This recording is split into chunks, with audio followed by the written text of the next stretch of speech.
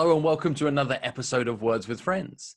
This time I'm joined by one of the smartest people I'm fortunate enough to be able to know. Not just somebody who is brilliant on stage, but brilliant on all the things that he's built outside of that. And working in an area that I think is one of the most important areas of business.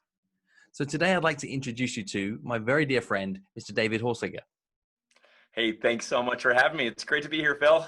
It's good to have you on the show. And for those of you, for those people that do not know you, your work is really quite prolific. You wrote the book, The Trust Edge. You're the founder, creator of the Trust Edge Institute. Is that right? Trust Edge Leadership Institute. Trust Edge Leadership Institute. I need to get those words right. Yeah, it's a lot there.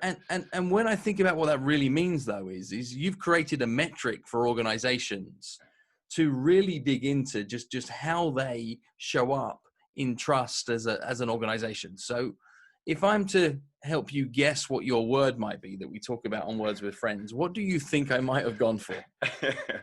Well, knowing you, let's go with the opposite, suspicion, skepticism. I'm hoping it's trust because, people say, David, when are you going to stop that? My grad work was on trust. Our annual research study is on trust. The three ways we deliver our mission are on trust. So I'm like, but other people have said to me, when are you going to stop, when are you going to do something else? I'm like, never. It's the only thing. That's it. That's what I got. So I am going to speak to you about trust. And the first question I want to ask you about is, so what does trust mean to you? Because I think it's a word that gets thrown around a lot. What does trust mean to you? Well, first of all, it is more complex than people think at first. I think I'll get to that definition in 20 seconds, but I think people think, oh, it takes a long time to build. No, most of your trust is built and lost in a moment. You look at 9/11, complete strangers trust each other in a second if they're running the same direction. We can think, oh, transparency is trusted, but so is confidentiality. In fact, some people are so transparent, I don't trust them for a second, it's a more complex than we think. The way I defined it, so this does get academic quickly, and I do have a heart, for this stuff, but the way I defined it in the original research, and we continue to find it out of the Institute, is trust is a confident belief in a person, product, or an organization. When I can confidently believe in you to do what you say you're going to do with the integrity you say you're going to do it, deliver what you say. So it's in essence, it's a confident belief in. Like it's this confident belief, and you could say it's reliable, and it's safety is trust, and there's so many words that kind of help understand this big word. But I like that confident belief thing though, because that suggests it's not absolute. It is something that is earned. It is something that exists in somebody's thought process. It's not a box ticking exercise, so to speak. It's a feeling. Yeah, it's absolutely, and there is a science to building it in our metrics of how we build trust, but of course that includes a whole lot of heart, emotion. It's a holistic word, and that's why our work, I'm grateful, touches people so much personally as it does professionally. I mean, we work with everything from pro sports teams to global governments on trust issues to big companies. But what we're really trying to do is affect people personally, because we don't think organizations or governments change, only people do. Yeah, I'm with you on that one.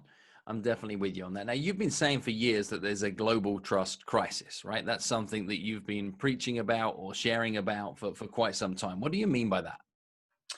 Well, I mean, it came out of before my first book. I think it was 2008. I was working on my first book. I just done my grad work and research and all this, and actually it was the World Economic Forum in Davos, I believe, that said that all these world economic leaders got together. And you remember what happened in the crash of '08 and that time frame, and they were talking, all the global leaders, and they came to this conclusion together that it's not a financial crisis, it's actually a trust crisis. And I thought that affirmed everything I've been saying for a long time, for a decade already at that time, maybe almost. And funny enough, this last year at the Global Economic Forum, the same conclusion was made by the global leaders of the world. We are in a trust crisis. I have been saying this for a long time. What I mean is, first of all, the financial markets, they only work because of trust. Traffic in our country only works because we can trust the stop and go light.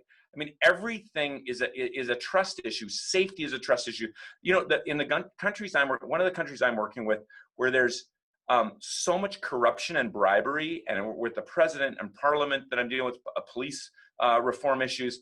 I mean, think about this. If you have a country where you can't trust the policing, you're trying to have a small business, and you can't trust the policing to have your back. You can't, it's really hard to have a small business if anybody that wants to can come rip you off. So everything from the relationship with your partner, friend, or spouse to the greatest financial markets in government are built on one thing: trust. And the reason we have any kind of success is because of trust. And, you know, the lower it is, the less we have, the more everything costs. And that was kind of the proof in my original research, is showing trust costs more than anything else. And it is always the leading indicator. It's everything else is a lagging indicator. Okay. So on a very practical level, what are some of the things that people could do regularly that destroys trust or erodes trust? What are the actions that people are doing regularly that have negative consequences?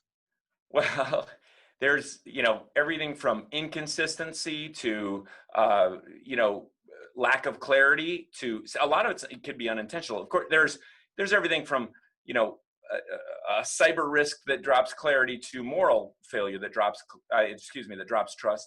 But when I look at, you know, a lack of character, a lack of commitment, we trust people that are committed to things beyond themselves. You know, it's a lack of consistency. If I can't stand a moody person, right? It's really hard to manage that. I would rather have an angry curmudgeon every day than someone like, oh, I'm happy today, I'm sad tomorrow, I'm happy today, I'm sad. That inconsistency is hard to trust how they're going to show up. So that's the same with a brand. The only way to have a reputation or brand is consistency. So, you know, whatever you do consistently is what I trust, by the way, good or bad. If you're late all the time, I will in fact trust you to be late. So, you know, there's a host of things, everything from lying and cheating to inconsistency to siloing to a host of things we see in organizations and individuals. Let's take that inconsistency thing for a bit, because the environment we're in right now is people are behaving differently. I'm seeing a huge amount of difference in behavior through leaders, through friends, through family, for a plethora of reasons that I'm sure many of us can understand based on the current circumstances. How does somebody maintain levels of trust if they become aware of the fact that they're behaving differently based on circumstances? Well, so there are types of consistency too, right? So consistent, you know, in a company, like, just this is what we said in our company, in our kind of emergency meeting. I flew back from a university I've been working at and said, this is real. And other people didn't really know it was real yet. But I said, what can we do as a team? And we gathered around the boardroom, and it's like, this is a time everybody needs to pivot. We're not going to be, things aren't going to be the same. In fact, some things in our world aren't going to be the same forever. It's these people that think it's just, oh, it's a few months, a few weeks, a few whatever. At that time, people thought, oh yeah, just a few weeks. You know, we were in with the WHO at the time and had some privy to some information. And it's like, no, it's going to be different. But what can we be consistent at?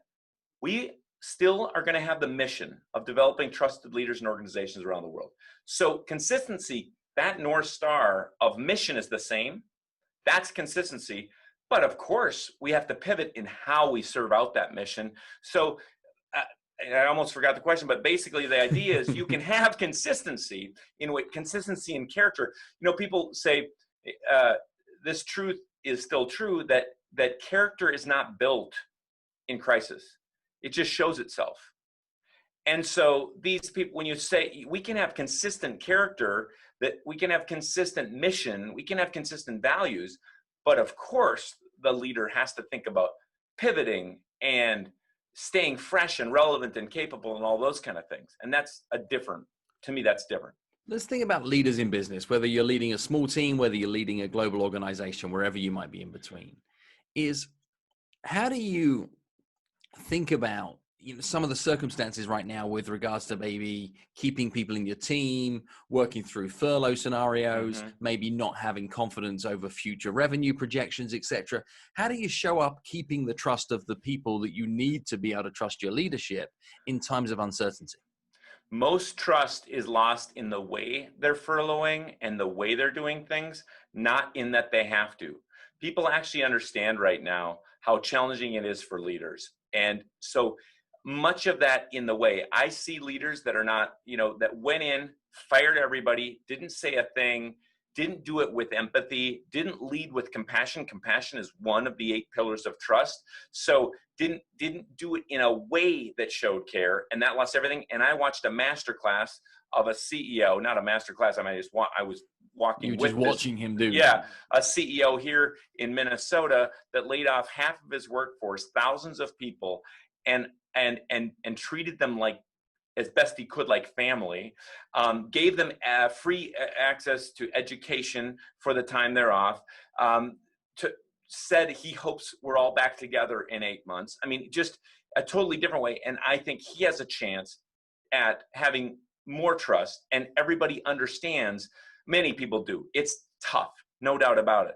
But it's a lot of that is in the way we deal with it, not what we do. It's giving the why we're having to pivot. It is showing we actually understand and empathize and care about them, and some of those things. Okay. Another set of circumstances is there's a lot of debate going on right now within family units, within households, etc., on different versions of right and wrong, not knowing who to trust, right? Government have said this. My friend who's a doctor said this. Buddy who's got no GCSEs, no equivalents, never graduated high school saying this. Like, how do people decide who to trust when there's so many conflicting pieces of data going on right now? That's a great question. Next question. So come on, let's get into it. I will. Here's what I'll say basically, and this is what I say in my work. All of my work and my first book, third book, this new one I've got called The Trusted Leader coming out, the research we're doing ongoing. It's basically almost all about how do we become the most trusted. Okay. And how do we become most trusted as an organization, as a leader, as a team? Not much about how much do we extend trust to them, because when we make it about, in my work, I need to help this organization be the most trusted in their industry. I need to help this leader be the most trusted. And there is a whole chapter in the first book on how do I extend trust to others, but it has to be done with wisdom. And so for me to jump in and say, when I don't know, I would judge them on the 8 pillars. Are they clear? Are they competent? Are they compassionate? Do they have intent for others? That's what I'm judging everything against the 8 pillars of trust, these 8 traits that came out of the original research. Yep. But for me to say, is that news station, when we don't know who we're talking about, that news station or this news station, I could get into some things I think about our government right now. That's like, I think it's hard. I'm just trying to say, well, what are some tools that people could use to help process that decision making? Because I think an inability to even process it or articulate who to trust. Let me jump in on that. So first of all, let me say this, because we jumped into this world of crisis. Your biggest opportunity, if you're a leader, an entrepreneur, a leader of a team, your greatest opportunity to build trust fast, the fastest opportunity you have to build trust is in crisis and recovery. You think, when was George W. Bush the most trusted in the US? The week after 9/11. So how you respond to this matters a whole lot, whether you have to furlough people or not. Then, I don't want to overwhelm with my work, but it really is these 8 pillars of when I look at, okay, as a leader, or are they being crystal clear? I mean, whatever side of the world you're on, the clarity of what the mayor of New York has said the last few weeks has gained a lot of trust, because he put it down to this in spite of pressure from the president, in spite of pressure from here or there. And I'm actually not, in other ways, maybe a big fan, but he has built a lot of trust because of clarity. And he's clear about the why and how, what they're thinking about. Clarity, compassion. The big trait there in the research was intent. If I believe you have intent for me, if I don't believe you have intent for me, I have a hard time trusting you or be accountable to or following you.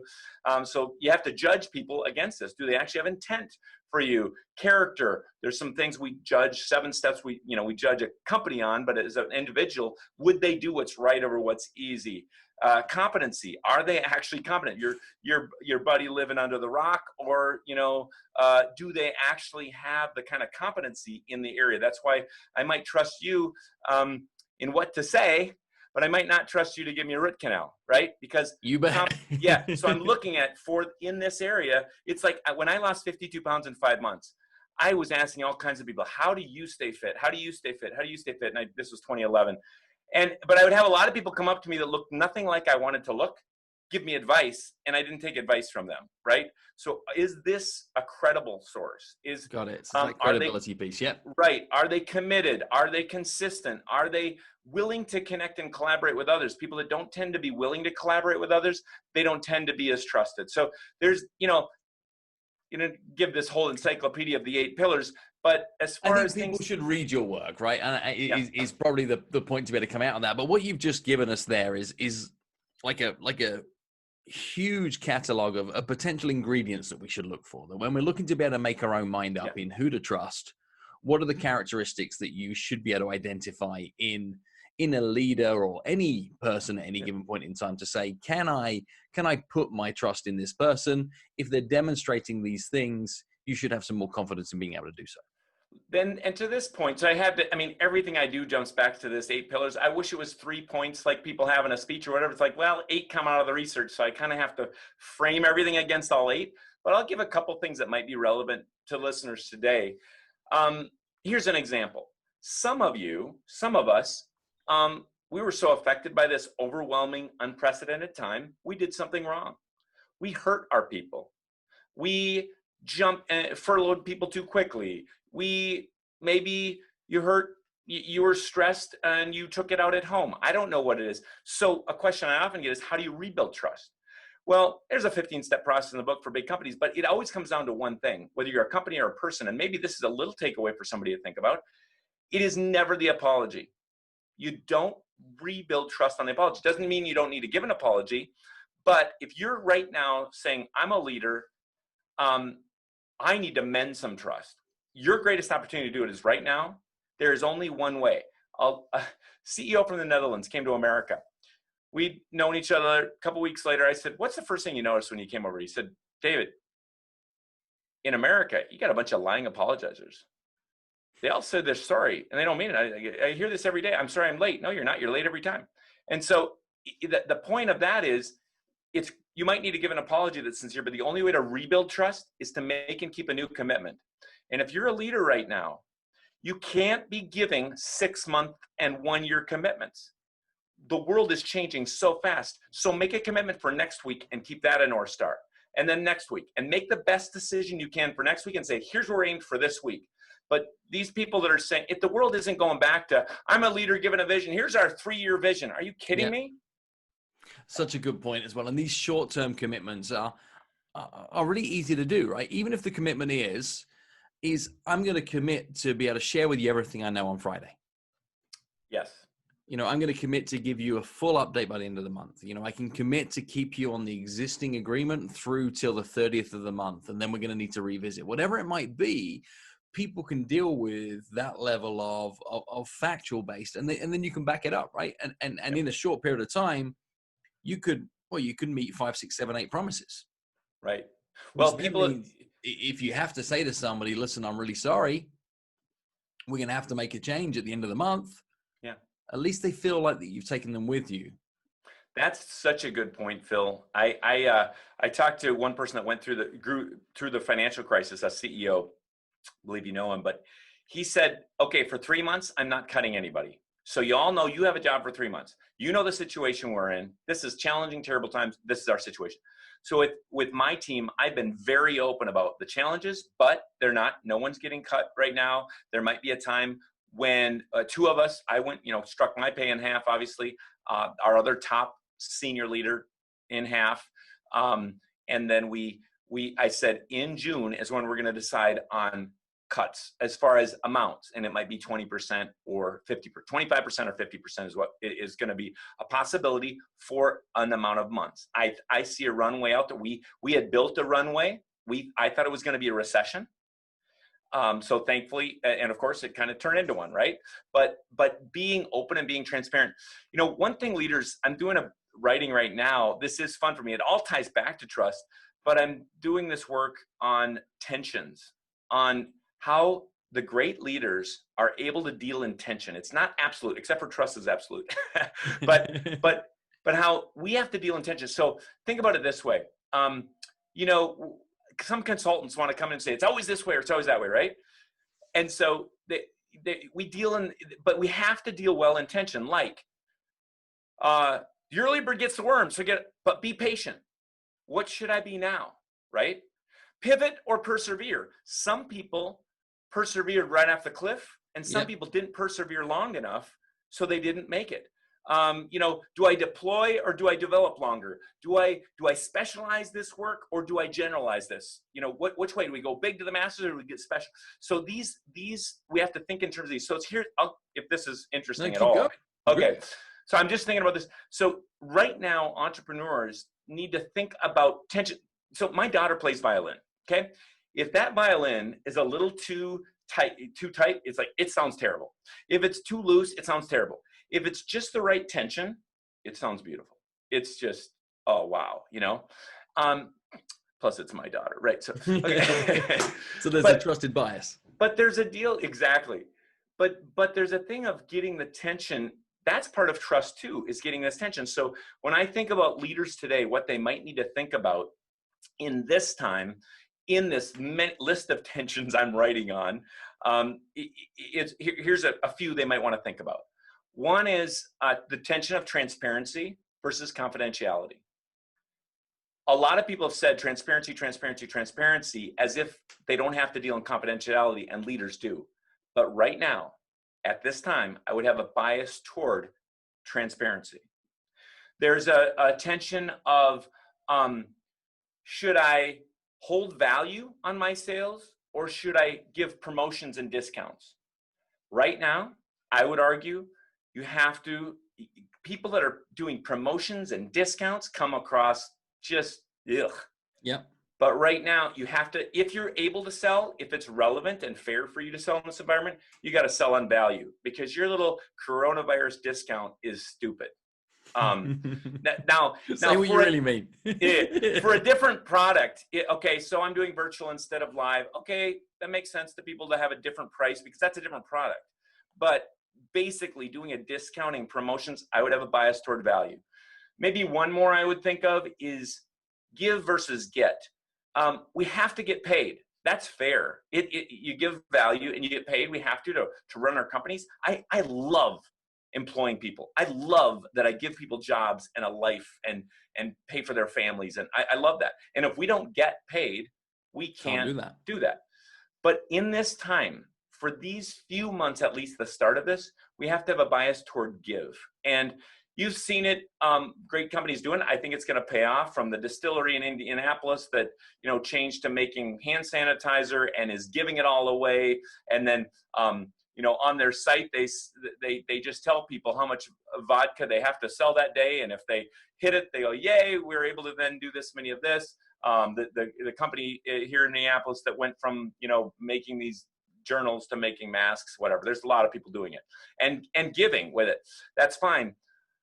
A very good friend of mine, we did our master's degrees together. He is much my senior, but good friend, Steve Wareham. He was the director of Minneapolis-St. Paul International Airports, MSP.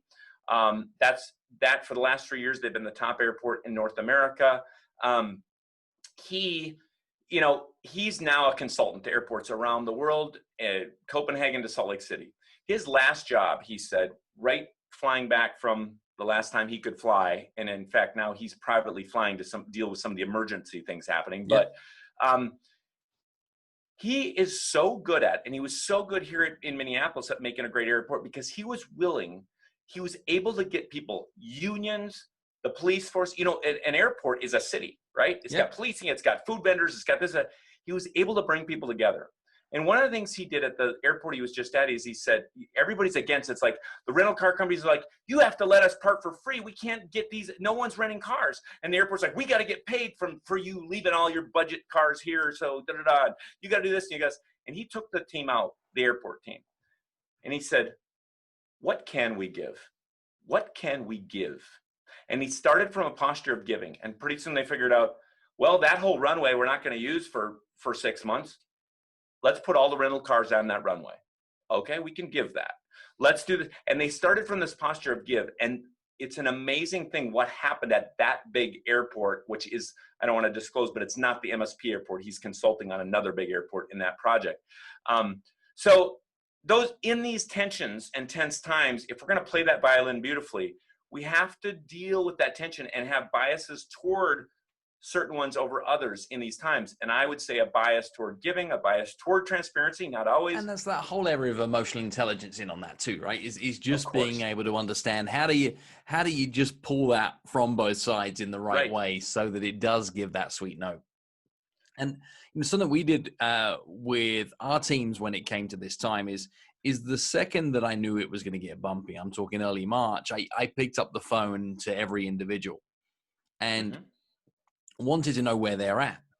Because I thought it wasn't on me to be able to make every set of decisions. We have a number of contract staff as well as employed staff too. And some of them may be looking at this to say, well, I might want to just take some time off. I might want to go kick back and do some different things. So I wanted to treat everybody as individuals. And then ended up with a situation where everybody wanted to keep going. There wasn't anybody who wanted to do anything different, even though I was hoping that some people might be in a less reliant position on me than I found out them to be. But ended up having a conversation with them with tension that says, here's what's going to happen. We're going to run at this full on without changing anything. But here's what's going to happen in terms of my demands on you is through this time period, if we're running on those new conditions where you're going to still be paid at the same level for the next 3 months, then I might be asking you to do things I've never asked you to do before. Yeah. I might have expectations of quicker delivery times that have ever been done before.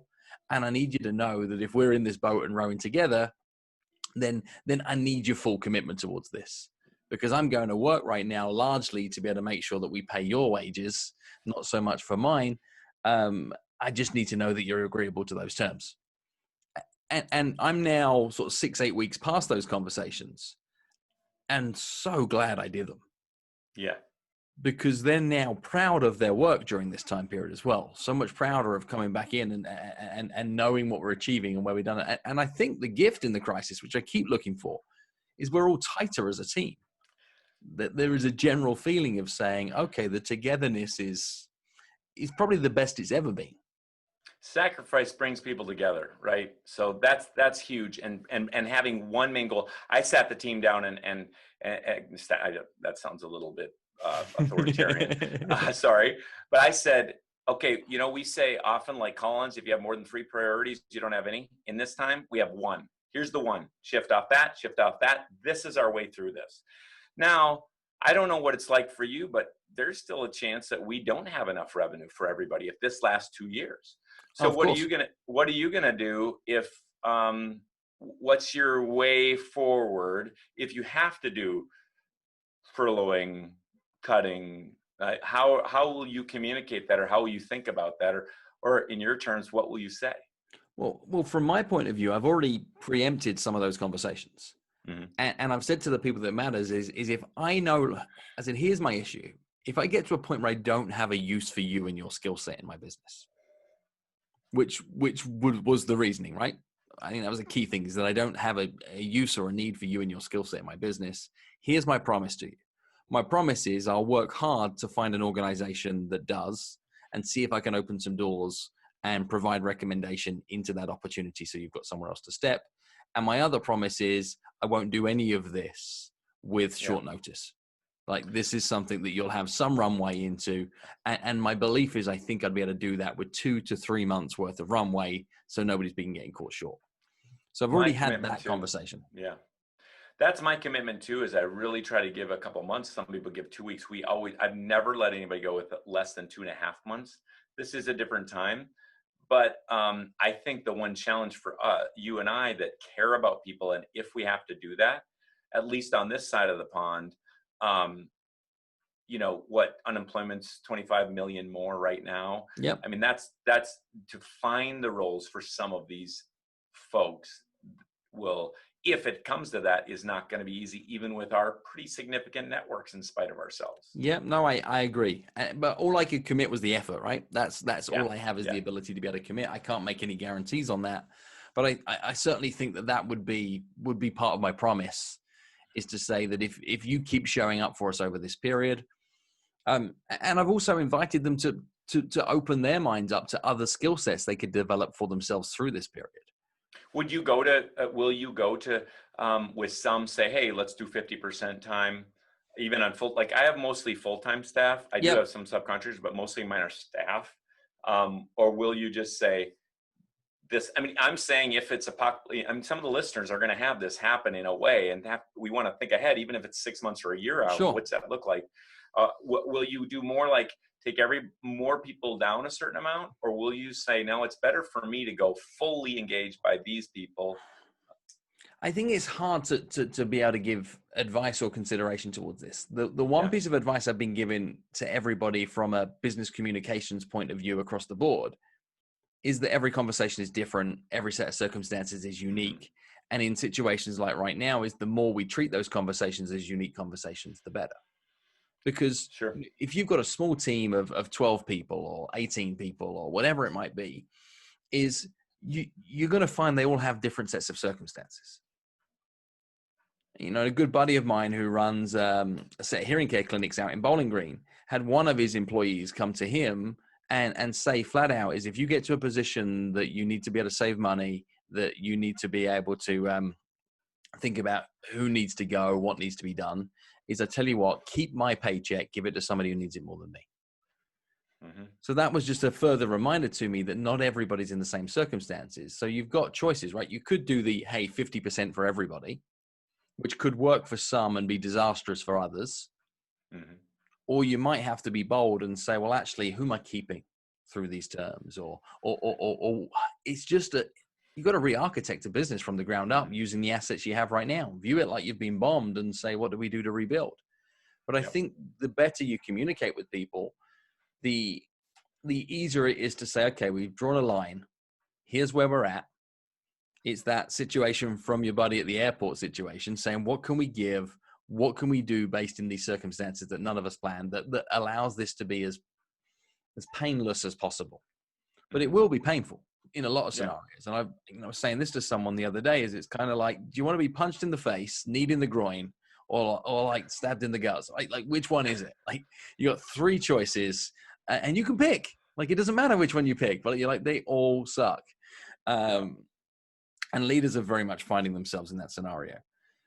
David, another area of trust I wanted to just jump on is this isn't going to come from your work. You can't go to your study.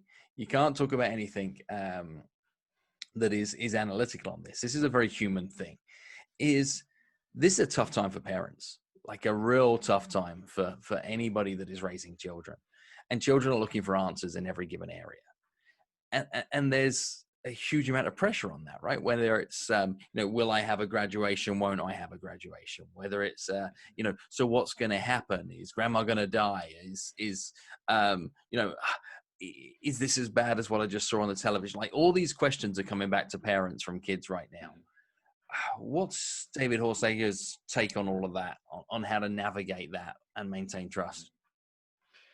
Well, here's another tension, and that is we don't want to shelter from everything. There is great good. At least I can only speak for my own family right now, although I know everybody's in very different circumstances, but we don't have the TV on.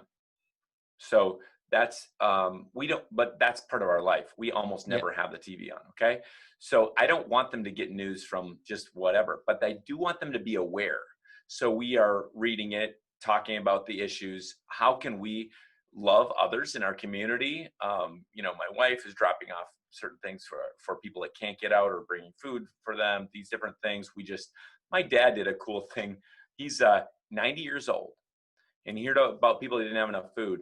So we have a farm up north, and black beans. So he gave 2.5 tons of black beans, and I had to go up there and get it. I got 1.5 tons the first time with a trailer and truck, but for people that didn't have it, so they get it in black bean bag, and certain communities really like these black beans. But I think just like if you're thinking keep from depression, as an example, we have to keep people doing good. But we have to, it's almost the Stockdale paradox, which is, this faith in the future, the long-term future, faith in our team, faith in our people, faith in humanity ultimately, and in the world, and in God, if you believe in God. But this willingness to look at the brutal facts now. And I want to bring my kids into that. hey, I have long-term faith. I have faith in God. I have faith that we're coming out of this. But the brutal facts right now are you don't get to go to camp this summer. That's a big deal for one person that's a counselor all summer and she loves it. You're Right. not going to finish your schooling here. She's going to go to college next year. You're going to, these different things are the confronting the brutal facts, but also equaling that out with hope for the future.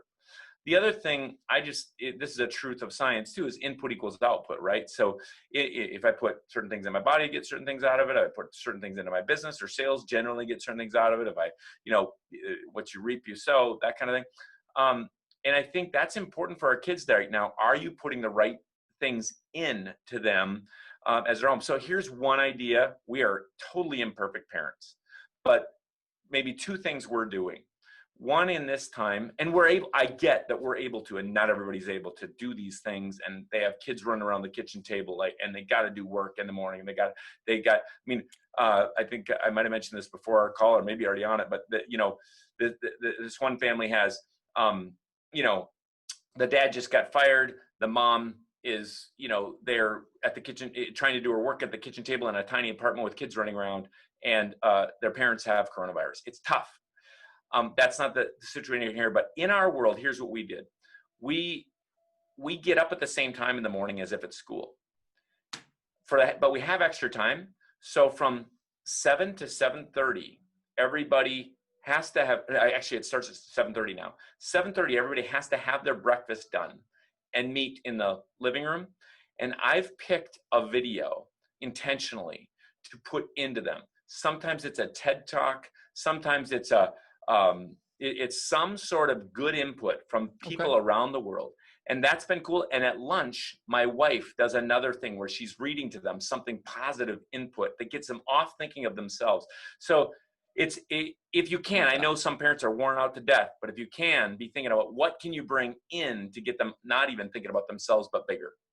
And I like that whole brutal truth thing as well. This idea of saying, okay, some things aren't going to go the way that you hoped for or that you planned for, but this is the fact.